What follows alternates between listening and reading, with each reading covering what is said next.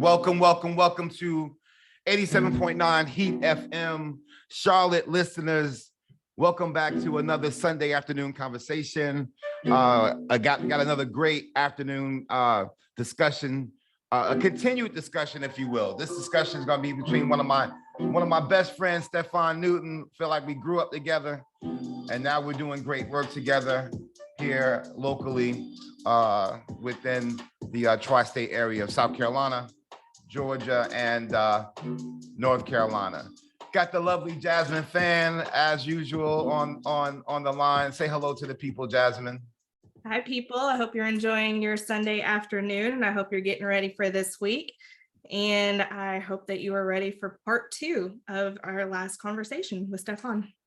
Absolutely. Now, we left you guys on with a cliffhanger last time. We started going over these conversation and strategy codes on how to hold a difficult conversation here at within the field of conflict resolution and within our mediation firm. We educate individuals on how to hold any type of difficult conversation, whether it be one that's between you and another individual, between two group members who are part of the same team, or also between two groups, whether you are on opposing teams.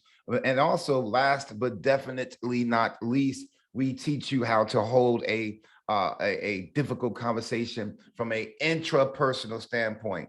But this evening, we got Mr. Stefan Newton back. Say hello to the people, Stefan. Hello, everybody. Good people. It's a pleasure to be back, man.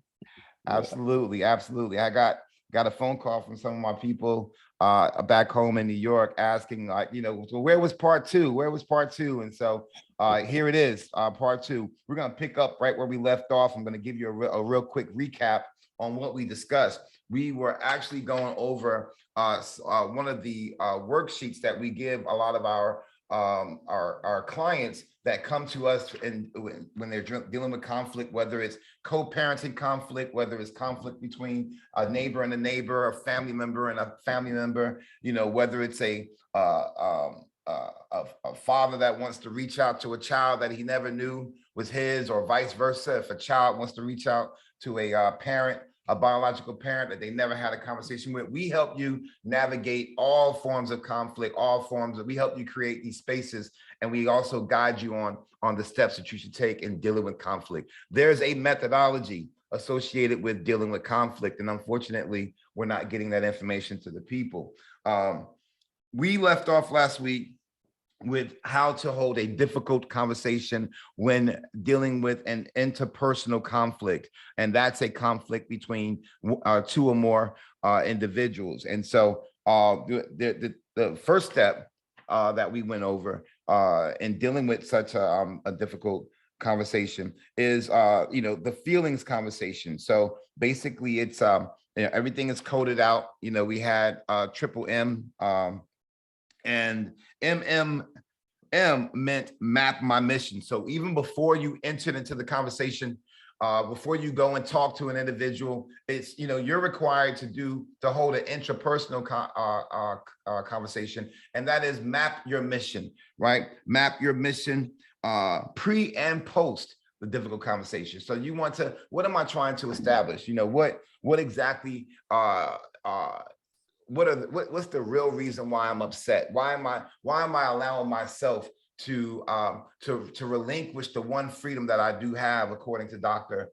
Viktor Frankl, and that is the freedom to choose whether I'm upset or whether I'm going to respond negatively. So that's a conversation that you're required to have with yourself beforehand by number one, identifying what trigger just got set off. And if that trigger is based on trauma, if that trigger is based on something that has nothing really to do with the person that you're in the conflict with at the time, but it just triggered you. And so we need to be able to hold that. So map your mission. What are you trying to achieve with holding this difficult conversation?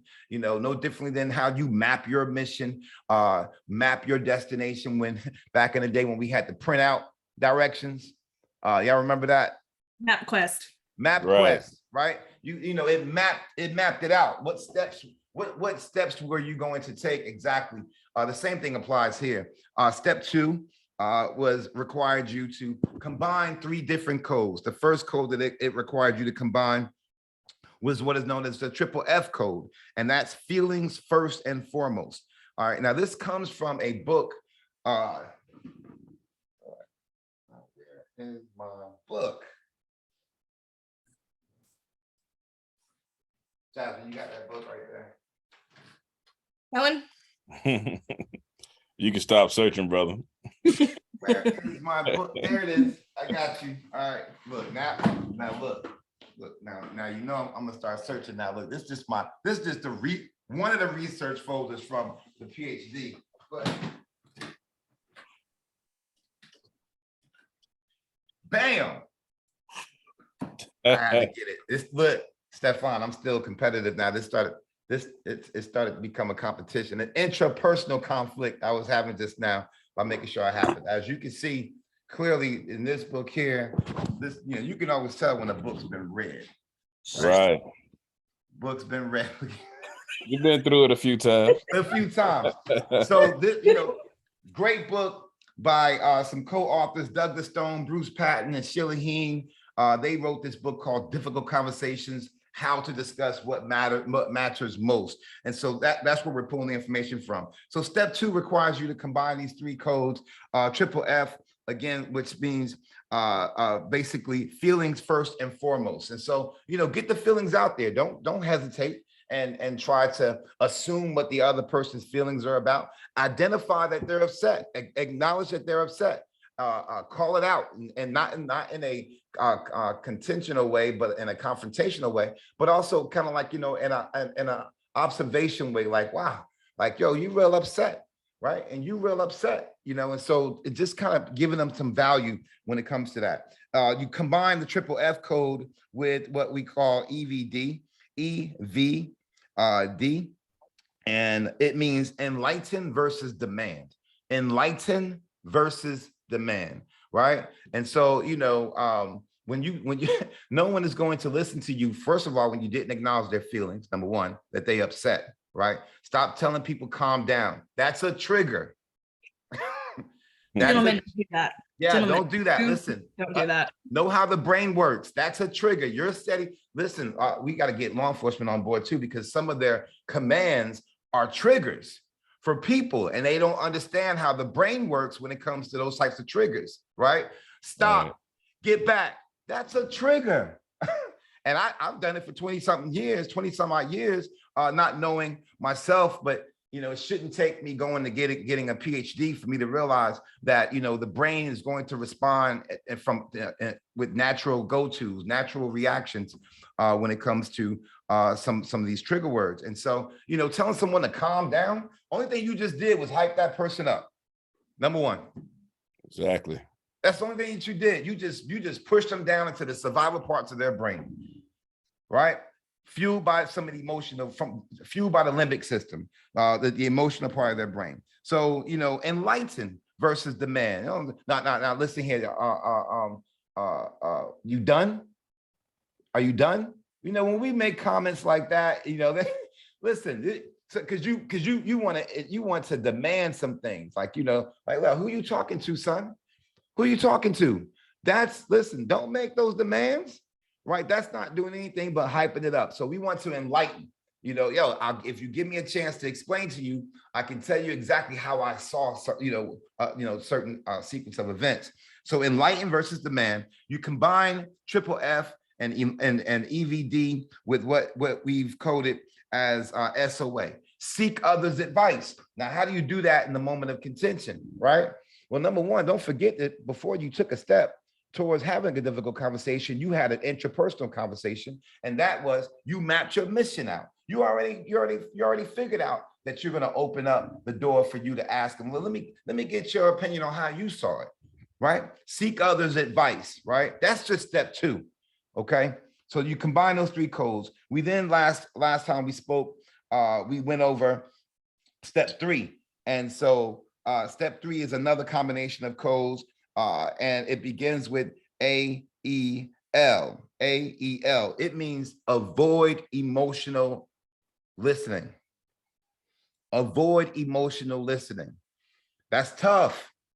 That's tough. First of all, you got to recognize where you are in your brain, right? Am I in the frontal lobe part of my brain? Am I digging from the survival part of my brain? Am I operating based off a trigger from the limbic part of my brain? Before the, and we tend to forget, and I say this all the time, but you know, people want to say you call yourself disciplining someone in the conversation because you're upset with them, because they triggered you. You call yourself I'm gonna give them a piece of my mind.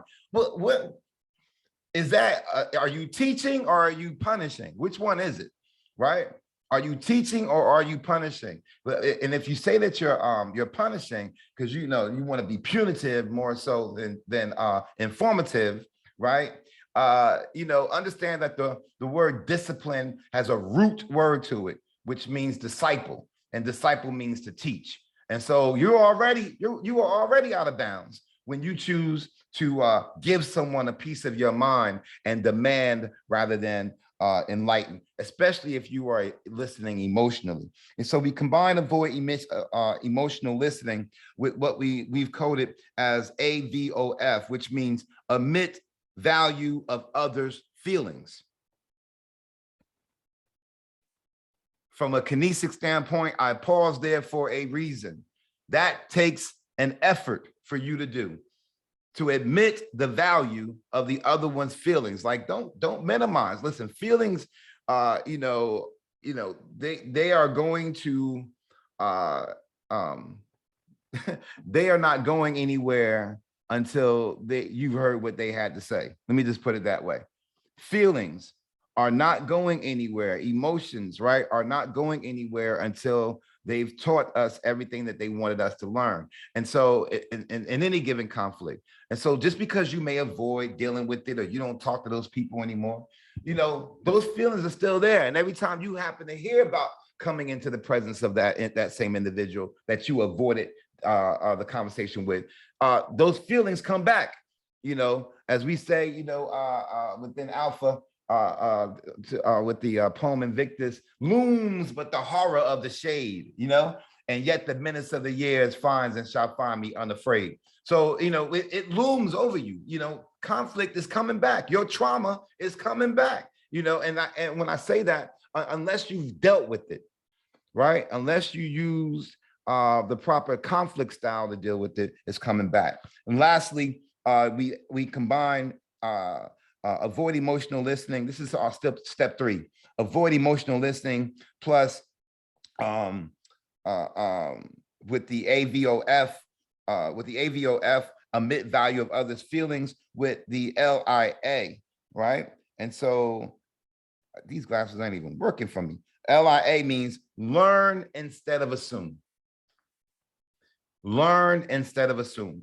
And so that's self-explanatory, right? When you take off the lens of contention and place on the lens of curiosity, you then begin to ask questions as if like you're learning from the individual as you're engaging them in a conversation that would have probably been too difficult to have. That's where we left off.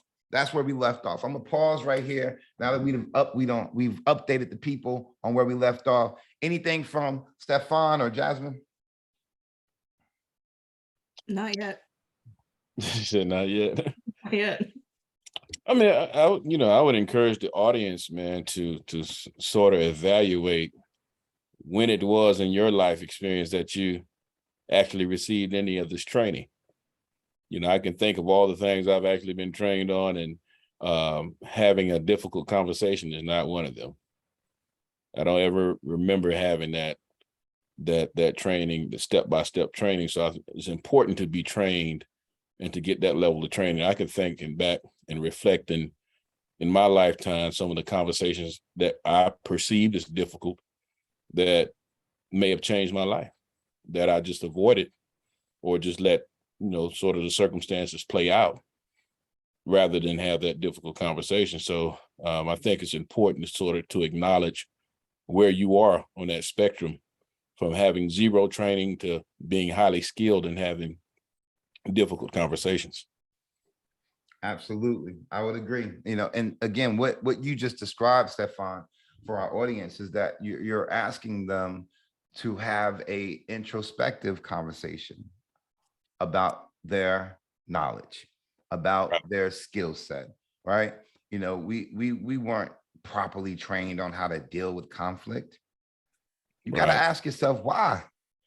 Why was that? You know, we talked about education last time and how we're, you know, education in its original context was never meant just to impart information, but it's to enlighten, it's to enhance what's already present within us, you know, to level up, to get us to level up, and to rely on that in which we've already had in the first place. That's another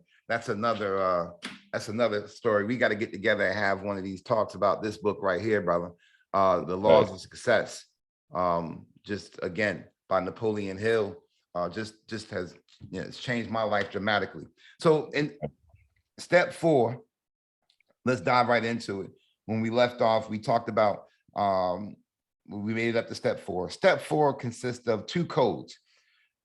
And SIFF, which means separate intent from feelings, and ITS, which means identify their story, right? Identify their story. You know, that's let's talk about separate intent from feelings. Jasmine, you want to discuss that?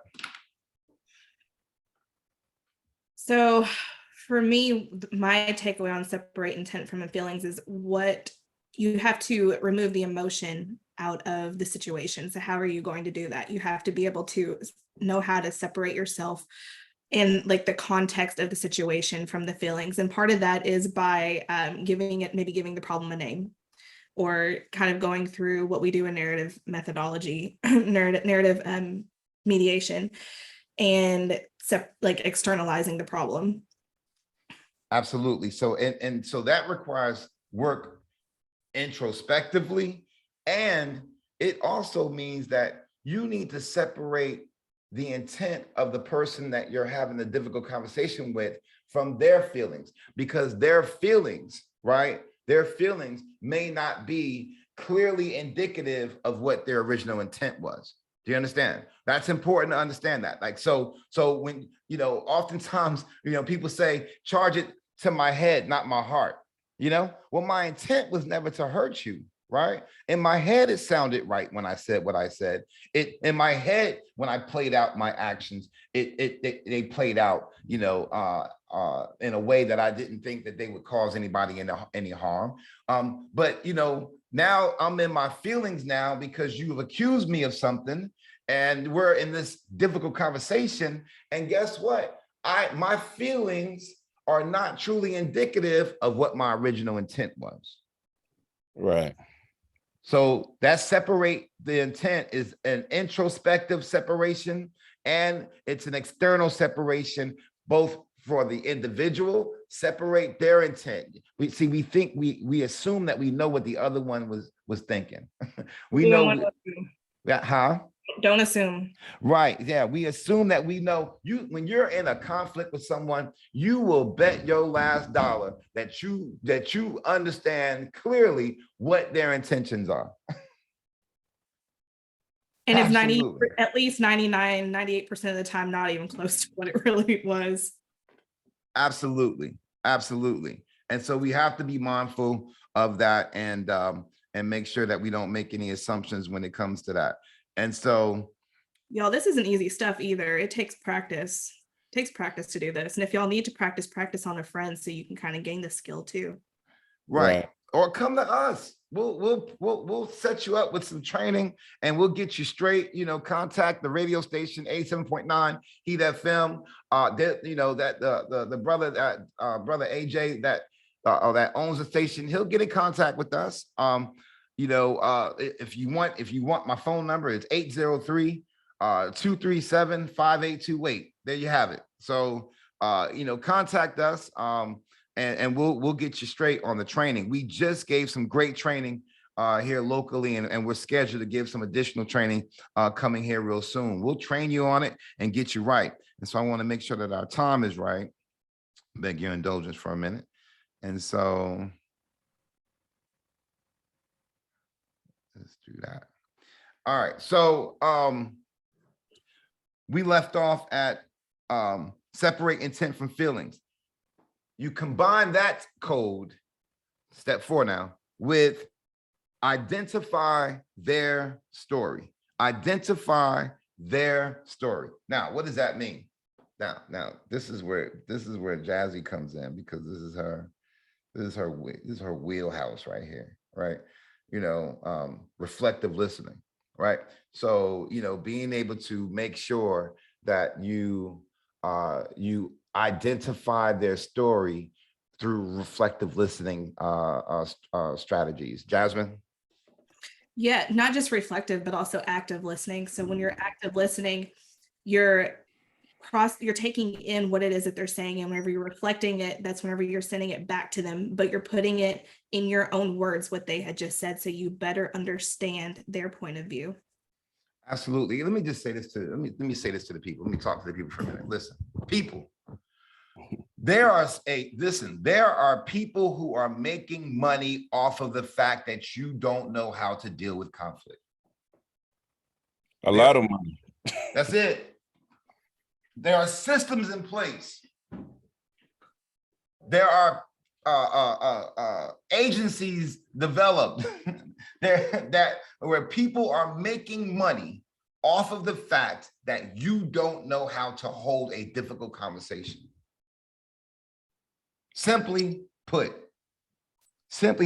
So there's step 4. Step 5 is, now this is where by the time you get from step 1 to step 5, you should be able to do this, but some people get stuck right here, where step 5 says defend their negatives. Now, what does that mean? That means that what you used to perceive as a negative, try to defend, find reason, search, add critical thinking, whatever the strategy that you need to utilize, but use some critical thinking to try to defend their position, what you used to call their negative, right? So when, in other words, try to see the conflict from their position, period. And not just see it, but defend it. There's another kinesic pause right there on purpose. Defend it, right? Make an effort to separate yourself from the conflict. But when I say separate yourself from the conflict, in other words, the conflict is no longer the person in front of you. The conflict is what Jasmine said earlier, and that's the conflict is externalized. Now you and I both are going to work hard to fight that lion that just came into the room. It used to be, I used to think you were the lion, but now I see, based on this new mutually shared space, that the lion has been externalized, the conflict, whatever the topic is, right? Whatever we're beefing over, that's been externalized. And now we're both going to integratively address that conflict. Absolutely, right? And then, and when we're in that shared space, it's not difficult for me to defend your position. Defend the opposing person's position. That's step 5, right? That's step 5. We're only halfway through. Step 6 is a one-coded step, which is coded A-Y-N, A-Y-N. Why can't I see? Attack your negatives. I want to be, look at that. Let me put my, attack your negatives. I promise you, I got an A on this assignment now. Like I didn't plagiarize this. This is attack your negatives. At step 6, after you've completed step 5, you would notice, after you try to really defend their position, you may see some gaps and some holes in your own position. Attack them.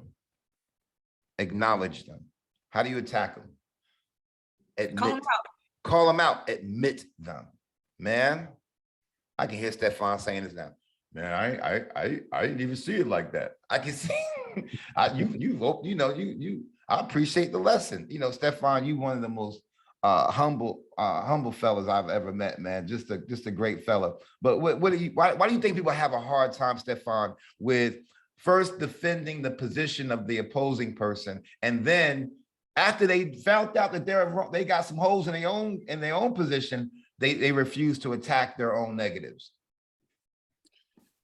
Oh man, thinking through it, man, I would say that conflict rests on the foundation, and it's an egoic foundation.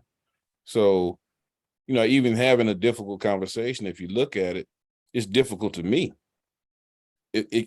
Why is it difficult? I hadn't talked to the next person yet. I hadn't talked to that person yet. Right. So if I'm acknowledging this conversation as being difficult, then that difficulty is in my head. It's on my ego. Right. My wanting to be right. Right. And, that's hard to relinquish. It's hard to relinquish that power. You feel like you're losing. We're in a very competitive society. Right. And we're taught that competition. We're taught conflict. Conflict is profitable. Avoiding, of course, the systems is profitable for those systems and agencies, but let's look at it entertainment wise. Football is profitable. Basketball is profitable. Filled with conflict. MMA is profitable. So they don't want us to necessarily have those skills. This society runs off a certain level of conflict. Absolutely. It does. It rests on that foundation. So everything in me is telling me to be number one. And that's where the ego starts to take root. Right. And Crime is profitable. Crime is profitable. Absolutely. So when you look at it from that foundation, once you get to those steps, it's like, okay, in order for me to see this person's perspective, I got to at least admit that mine is flexible, or it may not be accurate or correct. And that's just a difficult thing to do when you've been taught the opposite through your formal education, not just your training at home. Through your formal education, you've been taught right, wrong. It's black or white. It's no gray there. Either the answer is right or it's wrong. Right. Your character is judged on your ability to be right in this life. Right. Children are coming home from school at an early age, and they're trying to tell their parents that someone is bullying them. Right. And we are sending them back into school unprepared. Right. On how to hold a difficult conversation or how to engage in a conflict, because the parents can only tell them what the parents know.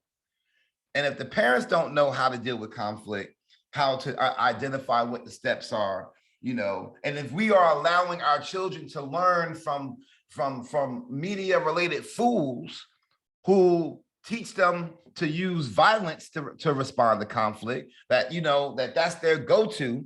Anyone that grew up in the hood, let me just call it out. Listen, anyone that grew up in the hood, understand that everyone's hard. I mean, Right. look, at what point are we going to we know about the what it feel like to be hypervigilant every day. We understand that. And now you're sending your child, now that's just in the hood. Even if your child's getting bullied in a suburban school, you're sending your child back into a war zone, into a traumatizing war zone, unprepared, because you don't know how to deal with conflict. You don't know about these steps. You don't, anyway, that just touched. Listen, please call us. Y'all want to teach your kids how to deal with conflict. You want to learn how to deal with conflict. Listen, this stuff works from infants to in-laws. Right. That's what they say in conscious. That's what Dr. Becky Bailey said in Conscious Discipline. She said this works from infant to in-laws. It does. It works. I also want to say that it's often viewed as a you versus me issue rather than an us versus the problem issue. Right. So we're always competing against each other rather than competing against the problem or the conflict. That's right. That's exactly right. We're conditioned to believe that. Say that again. We're conditioned to believe that. Absolutely. And conditioned to avoid a conflict, right? We're conditioned to do that. Becomes our natural our norm, if you will. So that's step 6, right? Attack your negatives after you defend their negatives. Now let's move on. Step 7. Step 7 is one of our longer codes. It's MHJH. And MHJH, it tells you to remember, my hypothesis is just a hypothesis. I love that. Okay. I love that. Listen, look, it's what somebody tell the people what a hypothesis is. What is a hypothesis? Stefan, you gave us a good definition one time. I did. I don't remember it though. I got you. It's an idea. It's an idea that needs to be proven. That's exactly right. There's Or what I would say is something that to me, it reminds me to stay curious. absolutely. You're looking for evidence. Absolutely. It's just a hypothesis. You know, what you have identified as the problem is just a hypothesis. You have to prove it. There's more required research. Yeah, Jazzy.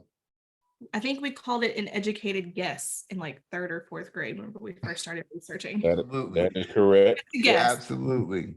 Just a guess.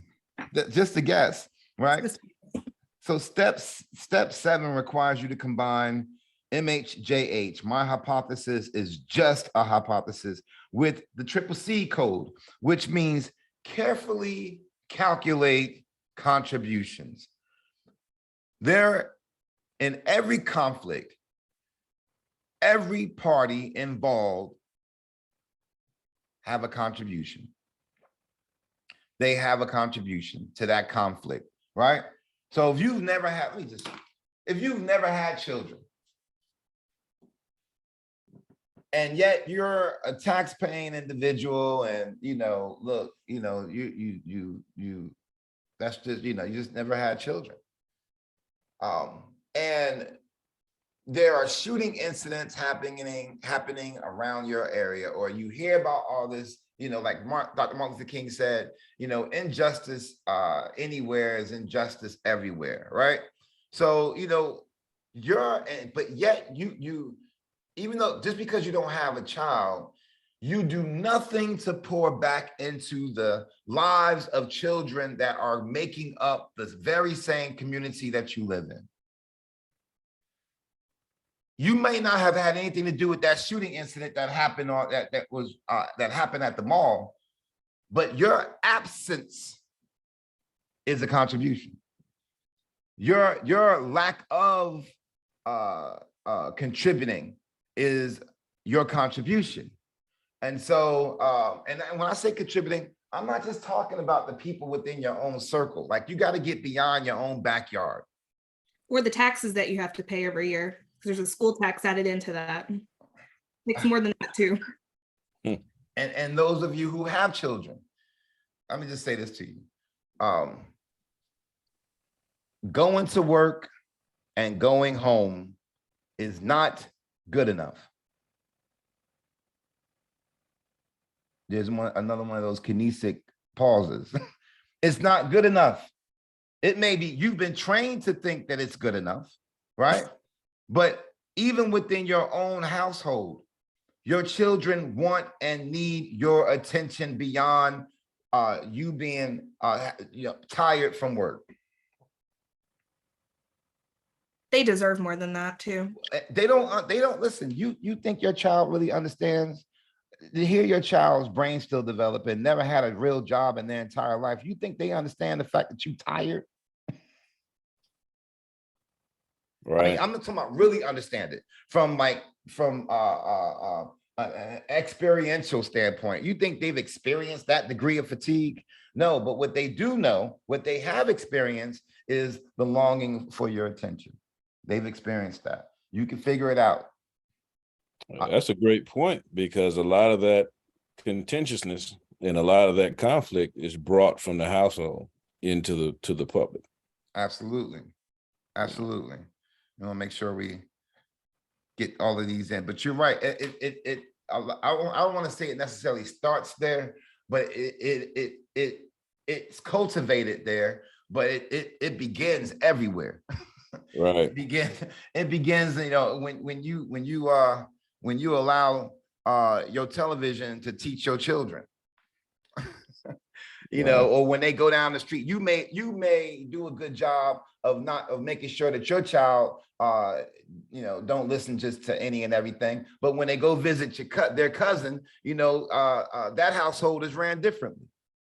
All right. And rather you don't want to upset the you know, the comfort level, so you just allow your child to be exposed, you know, because you don't want to hurt nobody else's feelings, you know, and tell them what you don't like and what you do like to be played in front of your child. So anyway, let me get back to this. So that's step 7. My hypothesis is just a hypothesis, and then of course you combine that code with the CCC code, and that's carefully calculate contributions, not just your own contributions, but also their contributions. That's why we put the word carefully in front of that, right?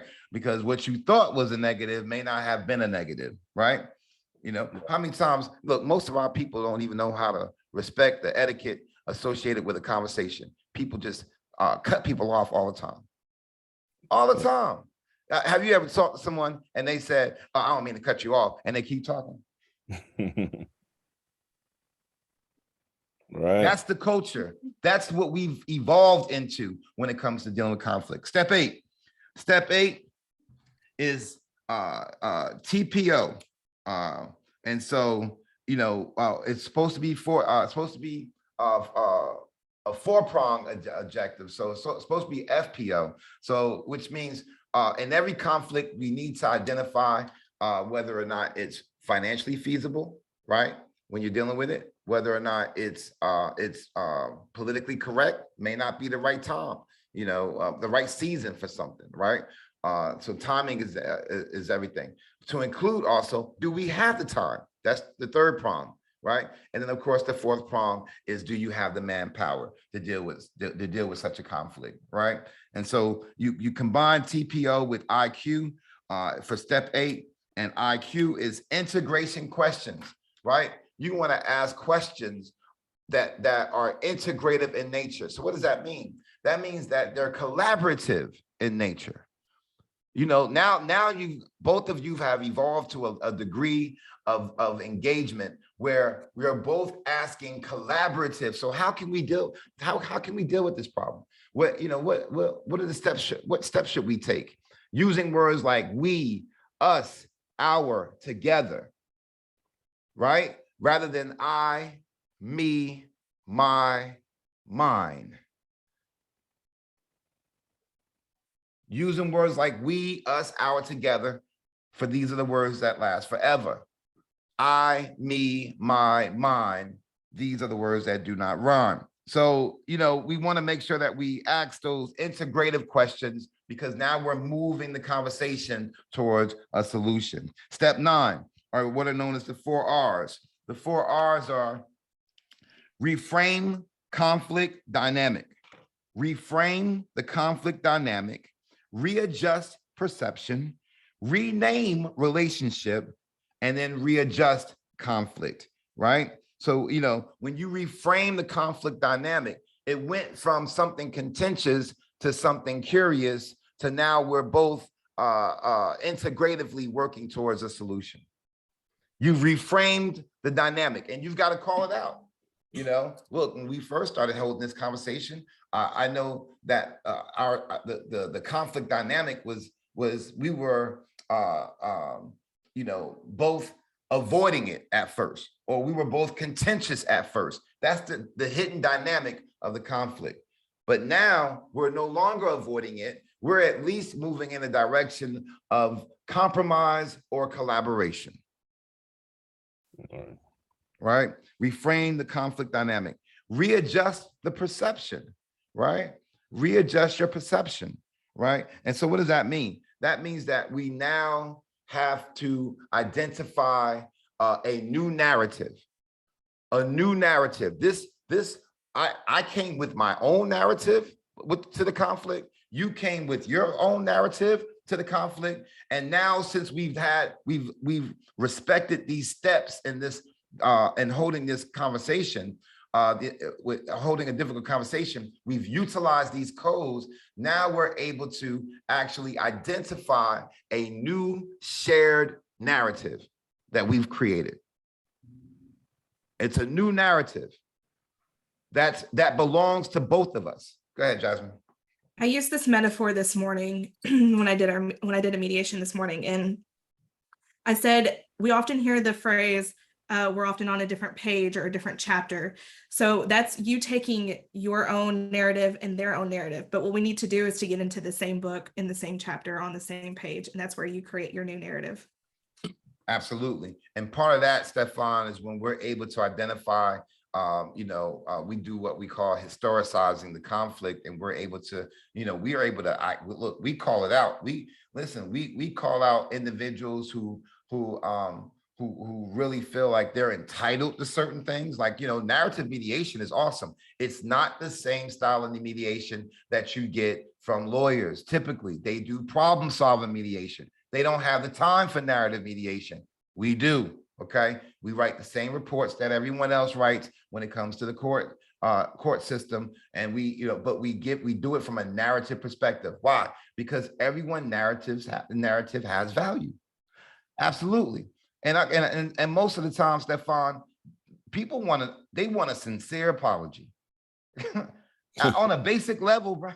On a basic level, I'm talking about protracted conflict. We're able to do those things. And so, yeah, that's that. So that's step 9, 4 R's. We're talking about readjust perception. And then when we rename the relationship, right? When we rename the relationship, we move from enemies to partners.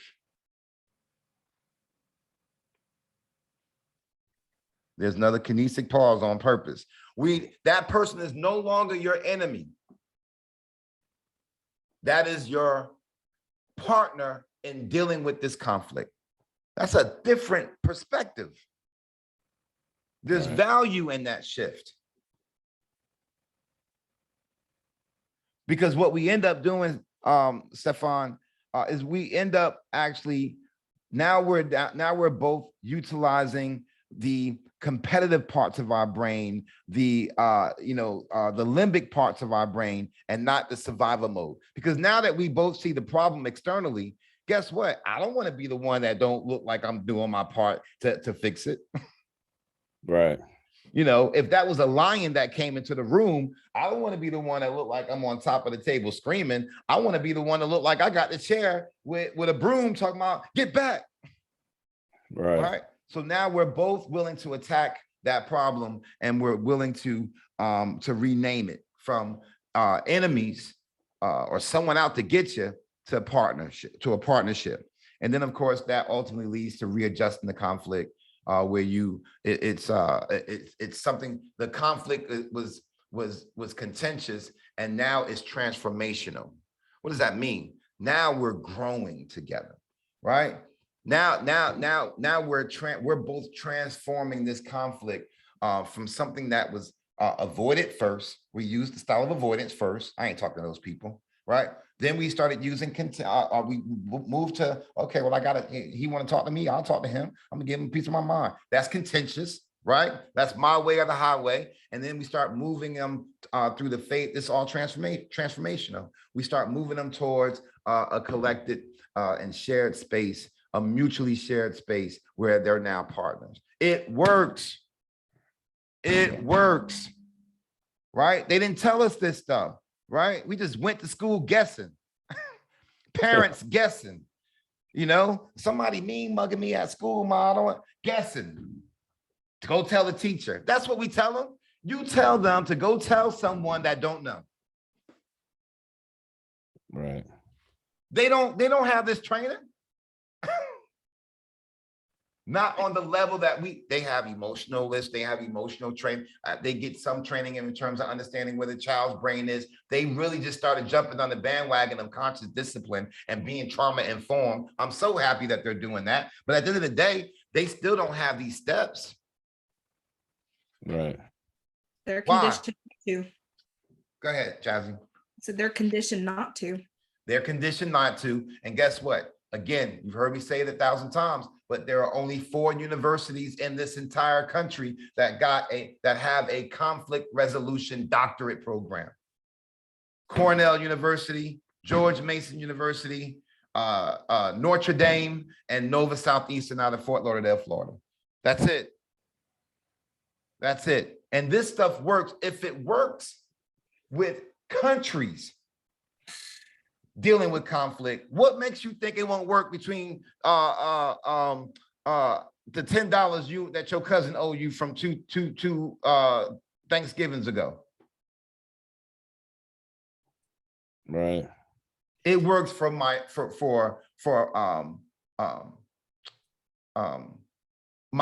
from minor conflicts to major conflicts, from the micro to the macro, from the household to another country, between 2 countries. It works. Corporations, between corporations. That's what they end up doing, settling. But unfortunately, we are relying on limited training for those who are responsible for actually resolving conflict. 4 fields within the field of conflict resolution, 4 professional fields independent of themselves: negotiations, systems designing, mediation. Negotiations. I said that. Negotiations, mediation, Facilitation. systems designing, and facilitation. Facilitation and mediation and systems designing are my best 3. All right. Go ahead, Jazzy. Tell the people what's your favorite, because I know you're gonna say it. No, She actually, mediation is probably my favorite out of all of them. But I had the additional training of negotiations, which is just looking at interests versus positions. It's really what you're looking at there. Yeah. But mediation is probably my favorite. And I would have to say, I really like seeing the transformation within mediation. Whenever you have 2 people in there, seeing it click and seeing that transformation, that is the highlight for me for every mediation. Absolutely. Absolutely. So listen, all right, and we got a few more minutes left. We're up to step 10. It's that transformation is so crucial. I get it. I get excited to see that. And I'm not saying that mediation, you should not seek to always have a resolve. No, sometimes it's okay just to get them back to the table, just to get them to agree to hold a subsequent conversation, or to agree that they both have a contribution to what they're dealing with, even if they don't get anything settled at the time. So, it's about it's about getting our clients and getting people to stop being the entertainment. Aren't you tired of being the entertainment? You got your children looking, your parents looking, your people, your social network looking. Your friends are being forced to decide which side they're going to actually choose to still communicate with. I mean, aren't you tired? Aren't you tired of having someone else tell you how to raise your children? And don't you want to be someone that your kids can be proud of, that your parents can be proud of, that your siblings could be proud of, that your community can be proud of? Because they see how you deal with conflict. They see that you're dealing with it from an informed position. And you can be proud of yourself through doing it too. Absolutely. And so the last step, as we close this out, it's a double code combination. The first code is STST, and STST means, I mentioned it already, but seek to solve together. Now, you need to understand what the word seek means.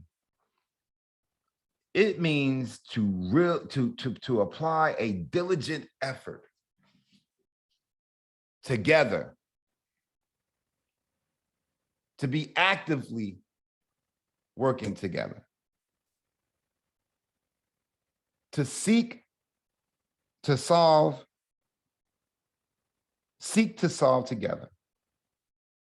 And of course, you combine that code with what we begin with, and that's the triple M, map my mission. So not only are you going to seek to solve together, but now they're both going to collectively, while in this shared space that you both created as you processed and navigated through this difficult conversation. Now you're both going to map your mission on how you're going to seek to solve together. Amen.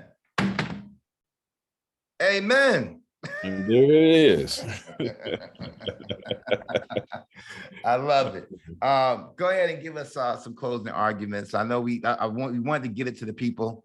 Listen, this stuff is available to us. You know, we just got another contract today out of Atlanta on working with some people in government. And I know also, Jasmine, you sent me a text earlier today about an offer that we had from one of our cohort members from the PhD program who's now doing some conflict resolution training. It's about peace building, right? I want to tell you, it's never been designed for us to handle conflict the way in which we're handling conflict now.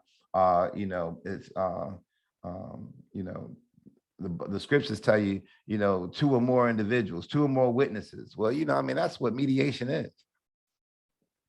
That's what mediation is. It's the collaborative effort to get it right. And in the last step where you're able to dictate what happens to you. Stefan, what do you want to share with the people?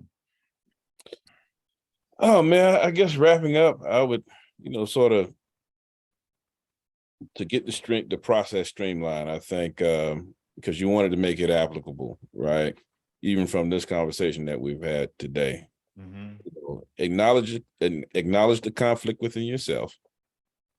Give value to your own feelings. Give value to the other person's feelings. Externalize the conflict. Once you can externalize it, then you can work with it. I think a part of the problem that conflict is so dangerous to all of us during these days and times is because we're all losing from it. And because I'm not involved or because I don't see things a particular way, it doesn't affect me. No, it's affecting you. It's affecting you in a very present way.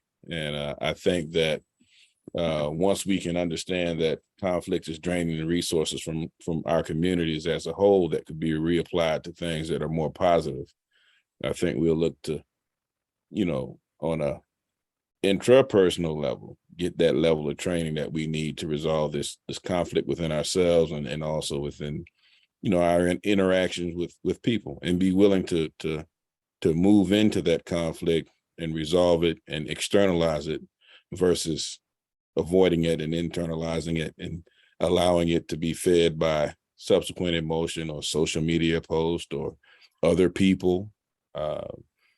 You know, just sort of keep those things in mind as we move forward in a practical application of it.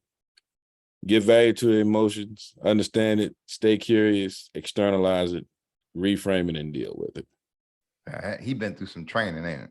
Look at Stefan using the lingo, using the verbiage.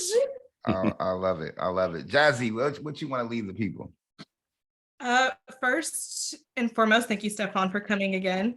I would want the people first to think about, first, be open to yourself, be open to others, open up your mind to other possibilities and other ideas. Second, figure out what your feelings are. What are you feeling and where did it stem from? Where is it coming from? Figure out your feelings first. And then ask effective questions, not one that's going to regress, but one that's going to progress the communication between you and the other party or parties. And then you can begin to snowball from there in the best way possible. Absolutely. And I want to also add, I want to talk to the real quick. If you are in a struggling marriage and you know, you believe you want to get a divorce, but you're not really there yet, right? Sometimes we have to reframe the conflict. We've got to apply the 4 R's, reframe the conflict dynamic. You know, we have to revisit that marriage license and make some adjustments as it relates to growth. You've been married for 20 some odd years and there's been some shifts in your lives. And so we need to identify what those are. And so we provide that type of conflict resolution training as well. That type of mediation we provided. Some people just, you know, you put the work in to to make sure you renew your license, your driver's license. Sometimes you got to renew, you know, the train of thought that you have in a marriage, and you got to, you know, agree to develop new shared spaces with a new set of expectations and a new set of appreciation, a new form of appreciation, and that comes through coming and getting help. Now, no, I'm not slighting counseling. I'm not slighting that. I'm just telling you that there's a difference between counseling and conflict resolution and mediation. There's a difference, right? Right. More is a little bit more. One is more, mediation is more practical. Like, we get you to sign stuff. Like, you actually sign an agreement. You know, you enter into an agreement with this individual. And so we're here. Listen, we've had great success with helping individuals with their marriage. And so we're going to continue to provide that service for our clients. But I just want to close out. Can I add to that? Sure. If you're going through difficult times in your relationships, that's not the time to go watch the breakup movie or listen to the breakup song. This is the time that you need to go and find something that's going to positively impact your soul. Absolutely. I like how you ended with soul, because guess what? You're going to the wrong people. Like, you're going to I get that they love you and you got your support, and I get that you know this lawyer for a long time. I get that, but you're going to the wrong people on how to deal with conflict. You can't call your best girlfriend and, you know, and look, you know, you're not going to call that one girlfriend that's going to tell you the truth. Like, she's going to tell you where you went wrong. You know, we pick and choose with the friend we want to call, right? But at what point are we going to stop being the entertainment and in the boxing ring while everyone else is watching you and your partner duke it out?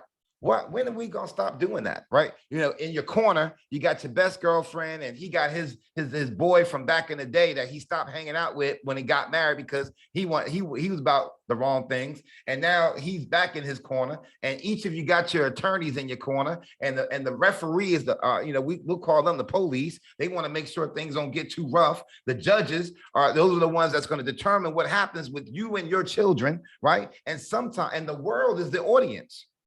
Right. And sometimes the audience members with the best seats are your children.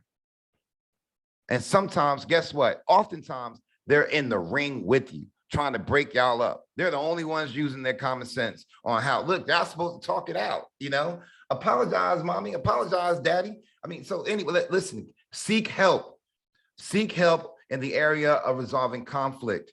Okay.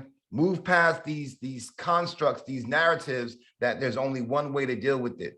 Call a lawyer or get counseling. There's some practical ways that you can get done. Those things are all helpful. And I'm not, again, slighting those efforts. I'm just telling you that, listen, lock each other into an agreement before you go to court. Before you even have to call a lawyer, lock yourselves into it. Listen, we need to revisit, and we're gonna hold each other accountable, and we're gonna give promissory notes, for lack of a better expression, to each other, saying, this is what I owe you from this point forward. This is what first of all, I'm sorry that I didn't recognize it, and this is what I'm willing to give this marriage, this relationship from this day forward. Why not? Why not get ahead of it?